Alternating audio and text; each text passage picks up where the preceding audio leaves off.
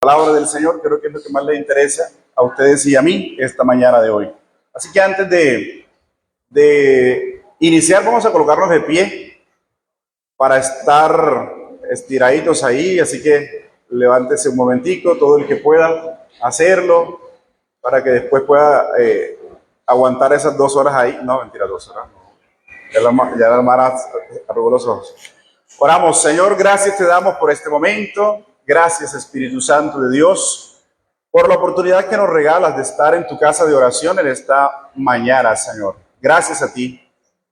Gracias por la vida de mis hermanos. Gracias por la vida de los pastores y los ancianos de la iglesia, Señor, quienes nos abrieron las puertas de su casa, su iglesia, para poder compartir tu palabra. Esta que vamos a hablar es tu palabra, Señor. Los conceptos o algún aporte que vayamos a hacer nosotros ha sido el aprendizaje que hemos tenido, Señor, pero ha sido en base a la palabra que tú has dejado, Señor, por medio de tu Espíritu Santo a cada uno de nosotros. En el nombre de Jesús te damos gracias, Señor. Amén y amén. Bueno, ¿usted saludó al hermano que tiene al lado ya? ¿Sí, ya lo saludó? Ok. ¿Y el que tiene detrás de usted ya lo saludó? Llame las cosas que no son como si fueran, dice la palabra. Así que dígale qué hermoso estás en esta mañana. Ok, muy bien. La Biblia dice que tenemos que ver las cosas que no son como si fueran. Bueno, gracias mis hermanos. Yo no fui a las fuerzas militares. Quería ir, pero gracias a Dios no fui. Pero cuando paso por ahí por la base de Urrá, no sé cuánto han pasado por la base de Urrá, parece ser que como a las 10 de la mañana, a las 11 de la mañana uno pasa y ve todos esos soldados como relajados, sabrosos, ¿verdad? Algunos con visitas, en pantalonetas, sin camisa algunos. Claro que uno como un grupito por allá jugando fútbol a las 11 de la mañana o haciendo ejercicio. Pero por lo general, ahí están durmiendo, están tranquilos en la base. No sé cuántos han pasado por ahí, por la base, ¿cierto? Y si han visto lo mismo que yo veo. Y de pronto alguno ha estado ahí, alguno de los jóvenes que están acá, y le ha tocado. Yo pienso que si están en pantalonetas, si están relajados, siento que, aunque están en el ejército, en ese momento no se sienten en riesgo. Porque si se sintieran en riesgo, estuvieran haciendo otra cosa, estuvieran de otra forma.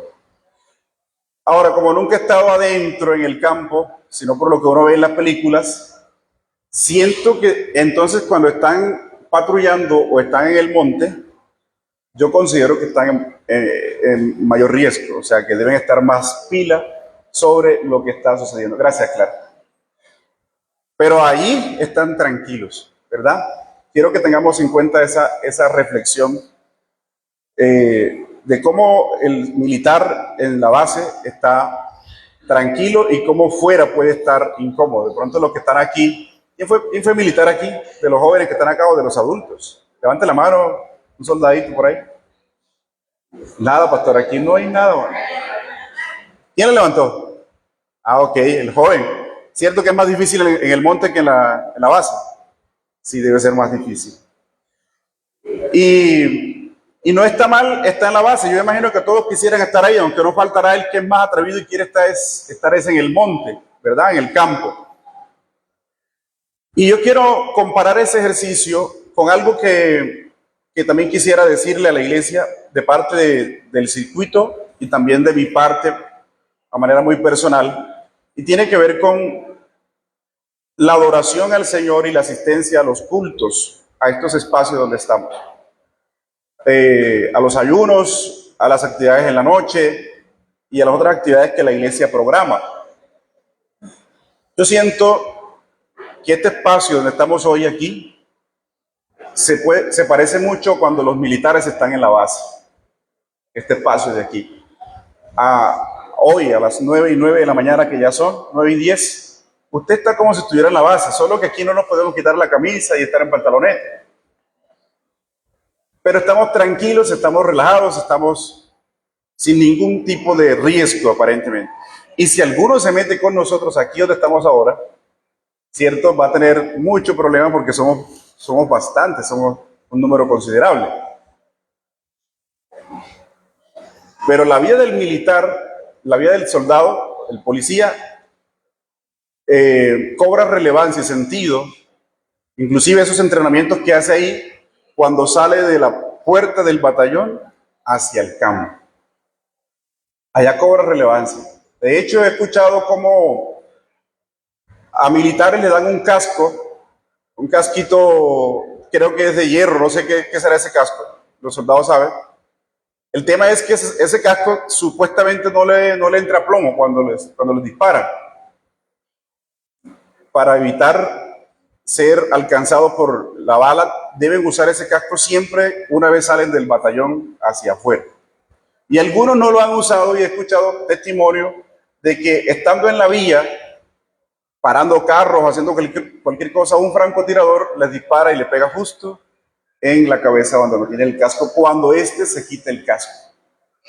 Yo he escuchado eso, no sé si usted lo habrá escuchado. Y entonces tienen formas estratégicas cómo caminar, cómo moverse y a dónde llegar. De tal manera que yo siento también que la vida evangélica no está tan solamente en venir a la iglesia, en venir al culto, sino que la vida evangélica empieza una vez usted da un paso de ahí para allá. De aquí para acá ya estamos todos relajados, estamos todos tranquilos, pero de ahí para allá sí está el lío. Pero que usted pisa ahí. Viene todo tipo de tentación, todo tipo de ataques, todo tipo de situaciones. Y yo creo que el lugar más difícil, el donde hay más minas quebrapata, es en la casa, en el hogar de usted mismo, donde usted vive, con sus hijos, con su esposa, con el perro, con el vecino. No que el vecino sea el perro, sino con el vecino también. ¿Cierto? Con las oportunidades que se nos presentan, sean buenas o sean malas. Pero yo siento que el verdadero combate está una vez usted pasa de la puerta hacia afuera. Ahí inicia el tema. No sé qué dice usted, piénselo de él. Porque aquí, ¿quién pelea con...? Búsqueme pelea aquí a ver si yo le peleo. Aquí tengo que pelear con nadie aquí adentro. Nadie le ofrece nada indebido. A usted no se le ocurre decir una mala palabra, por muy mal hablado que sea. ¿Quién va a decir una mala palabra aquí? Dígala. No la decimos, porque no se puede, ¿verdad? Pero allá afuera, después que salgas de ahí, te llaman por teléfono. Mira, pedazo. A partir de ahí para allá está el peligro. Entonces, y nosotros queremos estar mucho en la iglesia. Y a veces creemos que la asistencia a la iglesia lo hace todo en el evangelio. Es que yo no he ido a la iglesia, es que tengo que ir a la iglesia, es que no sé qué. Sí, es muy bueno venir a la iglesia. Excelente. Pero la adoración a Dios se complementa, venir a la iglesia. No, la vida de afuera con venir a la iglesia. Yo también lo considero como... ¿Quién llega a una estación de gasolina? ¿A qué? A menos que no sea a preguntar por algo. ¿Pero a qué vamos a buscar a la estación de gasolina? Cuando usted lleva la moto... ¿A qué? A tanquear. Desde algún punto de vista, creo que la iglesia también se convierte en eso. Desde algún punto de vista, no siempre. Porque está lo que tenemos responsabilidades con la iglesia en el día a día. Pero creo que la iglesia también pudiera ser vista como esa estación donde venimos a recargarnos para cuando salgamos de ahí poder enfrentar eso. Entonces, y esto también es una enseñanza para mí. O sea, yo estoy hablando de ustedes, pero de lo que yo estoy aprendiendo, no que los estoy juzgando, porque de hecho no es así. O sea, es conmigo que estoy hablando, pero usted me está oyendo, pero estoy reflexionando yo. Y en estos días estuvimos en una reunión de circuito y el pastor de la zona hablaba de esto y a mí me ha tocado mucho más. Que nos volvemos quizás activistas, pensando mucho en actividades, pero la vida nuestra es una vida de adoración. La vida desde ahí para allá es una vida de adoración al Señor. En la casa es una vida de adoración. a Dios o solamente la vida de adoración es el templo. Y me acuerdo que este tema conmigo, o si pasa con usted, no es solamente hoy. Y ahí es donde le quiero pedir que busque una cita bíblica, porque es un tema también de atrás. Juan 4:21 es un tema que se vuelve religioso y en algún momento en la Biblia se registra como religioso, como religiosidad, el anhelar estar en la casa, pero tener una vida en la iglesia, pero tener una vida muy distinta a lo que es realmente un creyente. O sea, anhelar estar en la iglesia, pero tener otra vida fuera de la iglesia, es un asunto que es reiterativo, no solamente es de hoy para mí. En la iglesia soy una cosa y en la calle soy otra, en la casa soy otra. El tema es que hay que complementarlo, o sea, lo de la casa es lo mismo que la iglesia, es la misma vida. Y les decía entonces que Jesús le tocó confrontar este tema y lo hizo de una manera muy interesante que hoy pues nos queda como doctrina a nosotros. Juan 4:21. El contexto de ese pasaje, o sea, la manera en que se da el pasaje, antes de leer el versículo 21, es que Jesús era de Jerusalén, o el templo estaba en Jerusalén en ese momento, y los de Jerusalén, los de Judá, no podían encontrarse con otro pueblo que se llamaban los samaritanos. Tenían un problema allí. Era como, por ejemplo, los de San Clemente no podían pasar por Villamadeira, porque los de Villamadeira los levantaban a piedra ahí. Sí, los de Villamadeira, aquí está uno de Villamadeira. Entonces, ¿qué hacían? Para ir a Tierra Alta no pasaban por ahí, sino que se tiraban por acá por la orilla del río para no ver siquiera los de Villamadeira, porque no se gustaban entre sí. Y un día Jesús dijo, me es necesario pasar por ahí por Villamadeira, porque voy a llevar un mensaje a esa gente. Por ese tema. Porque la pelea, entre otras cosas, era que ellos decían, ellos adoran en Jerusalén, en un templo, pero nosotros deberíamos adorar realmente es aquí, en esta loma, en este lugar donde está un pozo. Entonces había ese problema porque unos decían, es allá, y ellos decían, no, es aquí. Es allá, es aquí. Y estaba ese problema, y entre otras cosas, ese era un problema que los separaba. Porque unos decían que era en el templo y otros decían que era en el pozo, en el monte. Entonces Jesús dijo, yo voy a llegar allá porque voy a hacer una obra. Y en el versículo 21 encontramos, si usted lo tiene, yo voy a leer una versión, traducción lenguaje actual, que creo que es la que casi todo el mundo usa ya. Dice, Jesús le contestó, créeme, mujer, pronto llegará el tiempo cuando, para adorar a Dios, nadie tendrá que venir a este cerro ni ir a Jerusalén. ¿Sí está leyendo el texto? Créeme, mujer, pronto llegará el tiempo cuando, para adorar a Dios, nadie tendrá que venir a este cerro ni ir a Jerusalén. ¿Cuál era la pelea de ellos? Que tenía que hacer en Jerusalén y los otros decían que tenía que hacer en ese cerro. Entonces, si usted ve discutiendo a un evangélico con otro evangélico, eso es una cosa seria. Por ejemplo, póngase un pentecostal a discutir con uno de los de nosotros. Los pentecostales dicen que existe Jesús solo. Y nosotros decimos que existen tres, Padre, Hijo y Espíritu Santo. Y ahí empieza una pelea. Nunca llegan a un acuerdo. Las peleas que yo he visto no llegan a acuerdo nunca. Y una pelea de religión es una cosa seria. Y aquí Jesús dice, bueno, el tema es que va a llegar un momento en que ninguno de los dos va a tener la razón. Ni se adora allá abajo, ni se adora aquí arriba. Entonces, ¿dónde se adora, hermanos? Ahí. Si ni era allá en Jerusalén, ni era aquí en el monte. Y la gente invertía recursos, sacaba tiempo para ir a adorar a Dios al templo. Y el resto de los días hacían lo que les daba la gana. Embolataban a la gente, mataban a la gente, denunciaban a la gente, le robaban a la gente, peleaban con las personas. Pero cuando iban al templo, iban a adorar a Dios. De tal manera que Isaías, en el capítulo 1, versículo 11 al 17, dice, no quiero más ese tipo de sacrificio, no quiero una nueva, no quiero que me festejen nada, no quiero que vengan al templo así. A mí no me interesan los sacrificios, no me interesa las fiestas. A mí me interesa, dice el Señor ahí, que la gente sea, que se parezca, que su estilo de vida se parezca a lo que representa en el templo. Malaquías también lo dice, si no estoy mal. Y Primera de Samuel también dice lo mismo. Me interesa que la gente venga al templo, sí, pero que la vida que tiene en el templo se parezca a la que vive de ahí para allá. Complemento.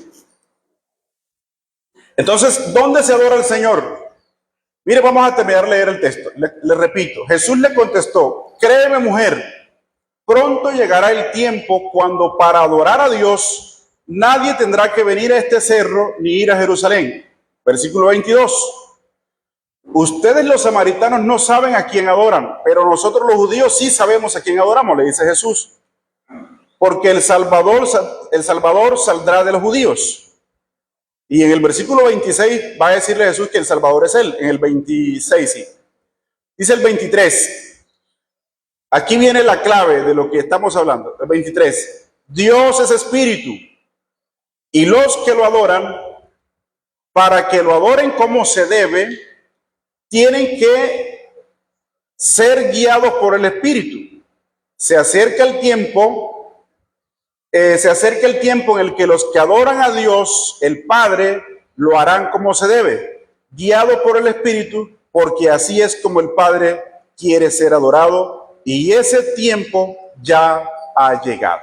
En la versión Reina Valera, que es la más popular, dice que le adoren en espíritu y en verdad. Dios es espíritu, de tal manera que Dios no se limita. Aquí no hay ninguna imagen, ningún afiche. Pero puede ser que hay personas que lo limitan a un cuadro. O puede ser que lo limitan a un lugar específico. Voy para la iglesia, ¿a qué? Adorar a Dios. Y nosotros los que dirigimos culto decimos, ¿cuánto creen que Dios está aquí? Y la gente dice, amén. Pero no preguntamos, ¿cuánto creen que Dios está en su casa? Y dicen, no, que no vaya, mejor dicho que no vaya. Pero en ese sentido, si Dios es espíritu, Dios está ¿dónde? Está aquí. ¿Y dónde está? ¿Dónde más está Dios? Está ahí en la entrada de la puerta, está a la mitad del camino, está en su baño, aunque usted no lo crea, está en su habitación, está en su cocina, está en su intimidad. Entonces, si Dios está en todas esas partes, ¿cómo es que nosotros nos creemos el cuento de que a Dios solo lo venimos a adorar aquí? ¿Cuántos creen que vienen a adorar a Dios aquí? Yo creo que van a adorarle aquí. ¿Usted no cree que lo viene a adorar aquí? No, yo sí creo. ¿Usted cree que lo viene a adorar aquí a la iglesia? Aquí lo venimos a adorar. Pero ¿cuántos creen que se puede adorar en la casa? ¿Lo está adorando en su casa? Ahora, muchos nos hemos limitado a pensar que la adoración es solamente la que le hacemos aquí, cuando Dari pasa acá adelante, lee Apocalipsis primero y después nos introduce a unas canciones. Yo he dicho esto y no sé si estoy equivocado y creo que está quedando grabado y no sé para dónde va esa grabación. ¿Para dónde va esa grabación? Wow. Voy a decirlo, voy a aprovechar. Yo creo que la mayoría de los que cantamos aquí y dirigimos aquí, esto es como difícil, pero lo voy a decir, es lo que creo. No lo hacemos para Dios, sino para la gente, para ustedes que están allá. La mayoría de los que cantamos acá no cantamos para Dios, sino para el que está allá. Voy a darle un pequeño ejemplo. Hermanos, colóquense de pie. Están como tristes. Si me van a entender, y uno se esfuerza, el que está cantando y el que dirige, y uno dice, no, hoy quedó malo porque esa gente no cantó. Ni se pararon siquiera. La mayoría de los que cantamos y dirigimos lo hacemos para el público. No lo hacemos tanto para Dios. Obviamente Dios está aquí, pero si Dios está aquí y me está poniendo a dirigir, Dios me dice, mira, necesito que me mantenga la gente activa para mí. O sea, que un cantante, un director, en mi opinión, ya que estamos en Facebook, lo hacemos como un servicio de Dios para ustedes. Porque imagínense que aquí no hubiera director. ¿Cómo haríamos? Imagínense que no hubiera quien cantara la alabanza. ¿Cómo haríamos? ¿Quién canta la alabanza? Tiene que haber alguien que cante las alabanzas. Pero la cantamos para ustedes y entre todos la cantamos para el Señor y la hacemos así. Pero un director básicamente está para coordinar a las personas. Entonces, si uno lo piensa bien, lógicamente, el que está acá dirigiendo y cantando sabe que ese día lo hizo un servicio para ustedes, para que el Señor los bendijera a ustedes. Y en la casa ya no es para ninguno de ustedes. En la casa sí, mi estilo de vida y mi comportamiento sí es para Dios. Ahora depende, como sea, pero yo debo tener la seguridad y la certeza que cada una de mis acciones, de mis movimientos, de mis situaciones, sea dirigida al Señor. ¿Eso a qué le va a conllevar a uno, a mí, a usted? Que cuando yo vaya a insultar a mi esposa tenga muy claro lo que le voy a decir. ¿Me hago entender? Porque el insulto que le doy a mi esposa debe servir para la gloria y honra del Señor. Es cierto. Todo lo que hagáis, ¿para quién es? Listo, esposa mía, este muñequito te lo voy a dar, pero para la gloria del Señor. La manera como le hablo a mis hijos debe honrar al Señor. ¿Ya? La manera como hago un negocio debe honrar al Señor. Pero dice, no, yo lo hago aquí, el pastor no me está viendo. Los ancianos tampoco, mi esposa tampoco. Mi esposo tampoco, nadie me está viendo, voy a hacerlo. Y el domingo que llegue a la iglesia, adoro al Señor. No, esa acción de ese día es adorar al Señor. Perdóname, Alfredo, yo nunca he estado en cámara, por eso me salgo del foco de la cámara.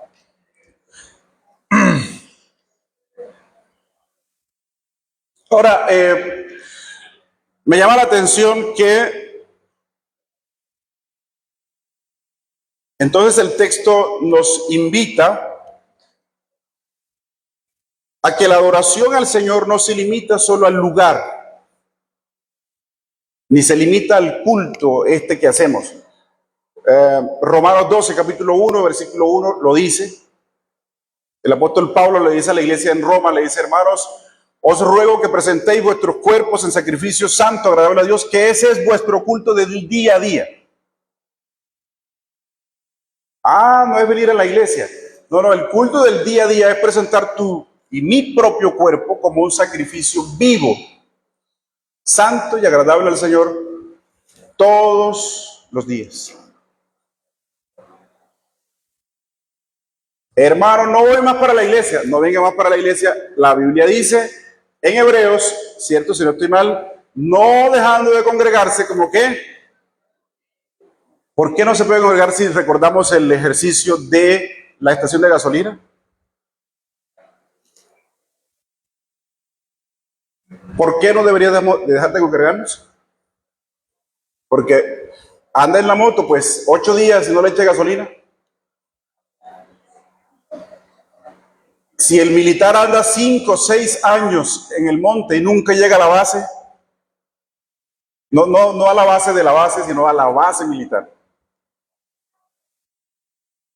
tiene que volver a reentrenamiento, ¿cierto? ¿Cómo es que es tu nombre? Guillermo, para que salgas en televisión, ¿cierto, Guillermo? Entonces, Guillermo salía a permiso y tenía que regresar, y en esa regresada duraba creo que un mes, Guillermo. Otra vez haciendo reentrenamiento, polígonos, etcétera, etcétera. Y cuando ya estaban listos, de pronto algunos llegan pasaditos de kilo, y cuando ya estaban listos, entonces volvían otra vez al monte. O sea que venir a la iglesia será sumamente importante. Y en la Biblia dice, mejor es ¿qué? Un día en la casa del Señor que cuánto fuera de él. 1000 fuera de la casa. Ahora, parece ser que la Biblia desde el principio nos dice que el tema de la obediencia, de y de la adoración y del estar con el Señor no es solo en el templo, porque antes de existir el templo de Israel, ese que peleaban, antes de existir de aquí de San Clemente, si usted busca Deuteronomio 6, 6, 7, hay un texto interesante que dice, Dios le dice a los padres de familia, dice Deuteronomio 6, 6, 7, y estas palabras que yo te mando hoy, las pondrás en tu corazón y en tu alma, las atarás como señal en tu mano y serán por recordatorio ante tus ojos. Y mira lo que viene. Las enseñarás a tus hijos hablando de ella cuando estés sentado en tu casa, cuando andes por el camino, cuando te acuestes y cuando te levantes. Vamos a ver si ustedes se acuerdan de los 4 momentos en que había que hablar de la palabra del Señor según Deuteronomio. ¿Cuál es la primera?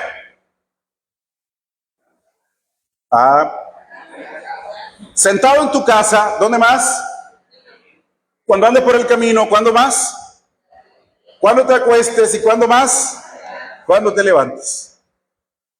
Curioso que la palabra nos dice, y le hablarás a tus hijos el martes que llegues a culto, el viernes que llegues a culto, el sábado del ayuno y el domingo en la escuela dominical. Bueno, ese es el modelo que nosotros hemos copiado. Pero el que propone la Biblia no es ese. El que propone la Biblia es, ahí esta versión, no sé si la demás lo dice, estando sentado en tu casa. Porque yo sí soy de los que pienso, y estoy de acuerdo, que yo creo, por ejemplo, una persona que dure 70 años vivo, ¿cuánto tiempo puede durar? ¿Cuánto será su tiempo durmiendo y sentado y metido en una hamaca?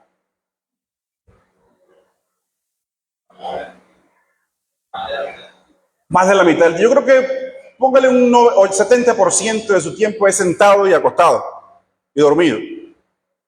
Y un 30% haciendo alguna cosa los que trabajan o los que trabajamos. El resto de tiempo se desperdicia. Entonces el Señor dijo, bueno, ese tiempo que vas a desperdiciar sentado en tu casa, no lo desperdicies, adórame. ¿Cómo me adoras? Háblale a tus hijos ahí cuando estés sentado. Otro tiempo que vas a desperdiciar es ir cuando te acuestes a dormir ahí. No veas tanta televisión, no duermas tanto, háblale a tus hijos cuando estés acostado. El otro tiempo es cuando salgan a buscar comida, háblale a tus hijos de mí. ¿Cierto? Y en la mañana cuando te levantes antes del café, ¿qué vas a hacer? Háblale a tus hijos. Pero curiosamente aquí no mencionan cuando llegues a la iglesia. Precisamente porque cuando venimos a la iglesia hablamos de lo que el Señor nos enseñó en la casa. Y hablamos de la adoración, de lo que aprendimos de Él en el camino, de lo que aprendimos de Él en la noche. Pero ¿qué nos ocurre cuando nos piden que prediquemos? Entonces nos abrumamos. Dios mío, ¿y ahora yo qué predico? Le voy a decir algo, hermanos que quieren predicar. Predicar es difícil, muy difícil. Más si el Señor no lo apoya a uno, no lo respalda con su gracia, con su talento, con su don. Muy difícil será predicar. Pero se hace aún más difícil si tú no tienes un contacto con la palabra, con el Señor. Porque uno habla precisamente de lo que vive. Y si no vives nada, pues no. Te tienes que inventar una historia para poder predicar. O tienes que ir a internet, o tienes que buscar otro mensaje, tienes que pedirle a Meta que te organice uno.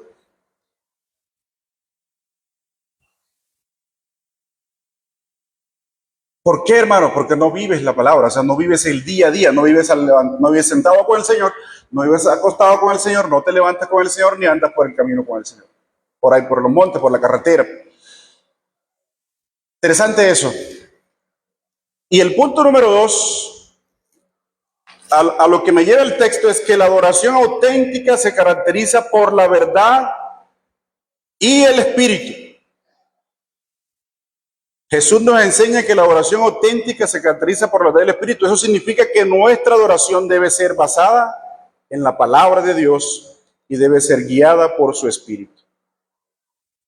Los que están en Deuteronomio, si pueden encontrar Deuteronomio 28, 1 y 2, tiene un texto maravilloso que me ayuda a reafirmar eso, que dice, Si obedeces los mandamientos del Señor tu Dios y andas en sus caminos, entonces el Señor te bendecirá en todo lo que haga. Pero mire la palabra, y andas en sus caminos.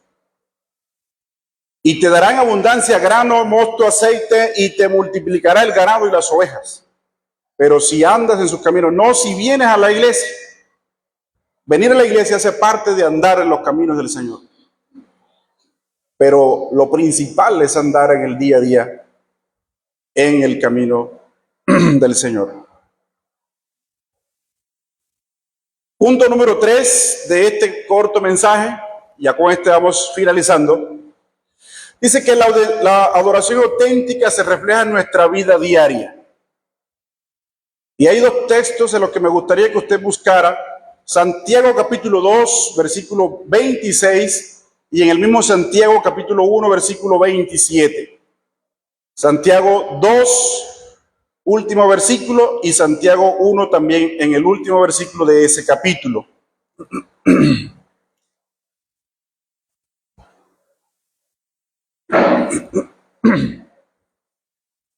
La adoración auténtica no se limita al culto o a la iglesia, se refleja en nuestra vida diaria, en nuestras relaciones, en nuestros pensamientos y en nuestras acciones. Debemos buscar a Dios en nuestra vida diaria y reflejar su amor y su carácter en todo lo que hacemos. ¿Qué dice Santiago 2:26? Para los que no tienen Biblia dice así: porque como el cuerpo sin espíritu está muerto, así también la fe sin obra es un cadáver también. ¿Cómo entendemos esa metáfora? Porque como el cuerpo sin espíritu está muerto, así también venir a la iglesia y llevar otro estilo de vida afuera no sirve para mucho. Ah, hermano, yo pensé que ir a la iglesia era lo que servía. Sí, sí sirve. Mucho. Pero solo venir aquí y afuera llevar otra, no nos debemos confiar de eso. O sea, el tema es que sí sirve, porque algunos vienen inclusive para aprender. Yo quiero ir a la iglesia para ir aprendiendo cómo es eso del evangelio. Súper. Venga cada vez que pueda, los martes, los viernes, los jueves, los lunes, cuando quiera, venga. Siga aprendiendo, siga aprendiendo. Pero no se confíe de eso.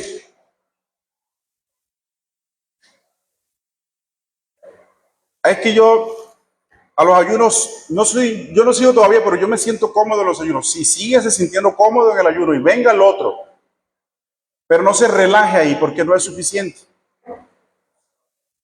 Porque así como el espíritu fuera del cuerpo hace que el cuerpo se muera, así también venir al culto, pero llevar otro tipo de vida afuera hace que la actitud de venir al culto desaparezca, se muera.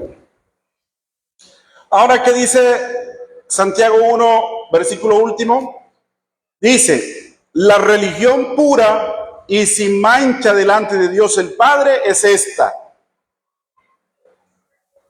O sea que venir a la iglesia es correcto. Asistir a los ayunos es correcto. A las vigilias es muy bien. Todo lo que hagamos en el templo, excelente. Pero eso debe ser complementado con lo que dice el resto, la segunda parte del texto. La religión pura y sin mácula delante de Dios el Padre es esta. Primero, visitar a los huérfanos y a las viudas en sus tribulaciones y guardarse sin mancha del mundo. Wow, o sea que venir a la iglesia, pero no guardarse de mancha del mundo, sino hacer lo que el mundo dice, ¿a dónde nos lleva? A nada. Ahora, estos dos ejemplos que menciona él, visitar a los huérfanos y a las viudas, son ejemplos de las acciones buenas que podemos hacer en el día a día para adorar al Señor, para adorar a Dios. No se me entretengan con Luis Alfredo, déjenlo quieto que él sabe lo que hace. Miren acá, ya estamos concluyendo. Entonces, mis hermanos, la religión pura y sin mácula, sin mancha delante de Dios, aparte de llegar a la iglesia, entonces, ¿cuál es, según ese texto? ¿Visitar a quién? Ah, ustedes no están allí. Visitar a los huérfanos. Díganlo duro para que saquen televisión. Vamos a hacer los tres aspectos. ¿Cuál es la religión pura y sin mácula delante de Dios? La primera, ¿cuál es? Más duro porque no se oyó allá. Otra vez. La segunda. ¿Pero las viudas en qué? ¿Y qué cosa más? Ok, bueno, repitan conmigo para ver. Yo digo y ustedes lo dicen. Visitar a los huérfanos y a las viudas en sus tribulaciones y guardarse sin mancha del mundo. Esa es la religión, pudiéramos decir entonces, cambiar el texto. La religión pura y sin mácula delante de Dios el Padre es asistir a la iglesia los martes, los viernes, los domingos y los sábados. No lo dice por ningún lado, porque eso es obvio. Sin gasolina no avanzo. Pero afuera se ve el gran detalle de eso. Bueno, yo he tenido la oportunidad que me han llevado a restaurantes de toda talla, empezando por el de Sirli, de aquí. Me encanta la sopa de Sirli, casi todos los domingos compramos sopa de Sirli. Hasta por algunos restaurantes en Bogotá o en otros lados. Pero les confieso que la comida de aquí es más sabrosa que la de por allá. Sin embargo, las de por allá son más costosas. Algunas son muy buenas, la verdad. Y yo sé que a usted hay una comida que le encantaría ir a un restaurante que se la sirviera. Mi hijo Jonathan, en estos días que se graduó, dijo: papi, yo quiero que me haga un regalo ahora de graduación. ¿Cuál es? Quiero que me lleve a Tierra Alta, el restaurante donde vendan la bandeja paisa más grande. Ah, bueno, yo te llevo. Tenemos ese problemita por resolver. Una bandeja paisa grande. La idea mía es decirle entonces al restaurante: sírvele 2 en una, porque, cierto, y que se consiga algo de más especial, no sé, un plato de pasta grande. Pero hágase la idea de que usted vaya a un restaurante y pida así como Jonathan. Jonathan quiere una bandeja paisa y dice: yo me imagino una bandeja paisa. Imagínense cuál es su comida favorita ahí en un restaurante, ¿cuál sería? Te diga, yo quiero eso, yo quiero unas pastas con salsa a la boloñesa, queso y cosas como esa, carne. O quiero un arroz con pollo, yo qué sé. Y usted va al restaurante y le dice al mesero: mire, necesito que me traiga tal plato. Entonces, y verdad, el mesero, pasado el tiempo, le trae esa punta de anca así, ¿cierto? Asadita que echa humito todavía. Entonces usted ve que es don Jairo el que pidió eso. Don Jairo fue el que pidió esa comida. Usted está sentado allá. Y usted ve que cuando a don Jairo le traen el plato de comida, Jairo empieza a oler por aquí, a oler. ¡Qué rico, está delicioso! Después de media hora, don Jairo se va y no toca un pelo de la comida que le dieron. ¿Usted qué dice? ¿Qué diría usted? ¡Qué desperdicio, ¿cierto?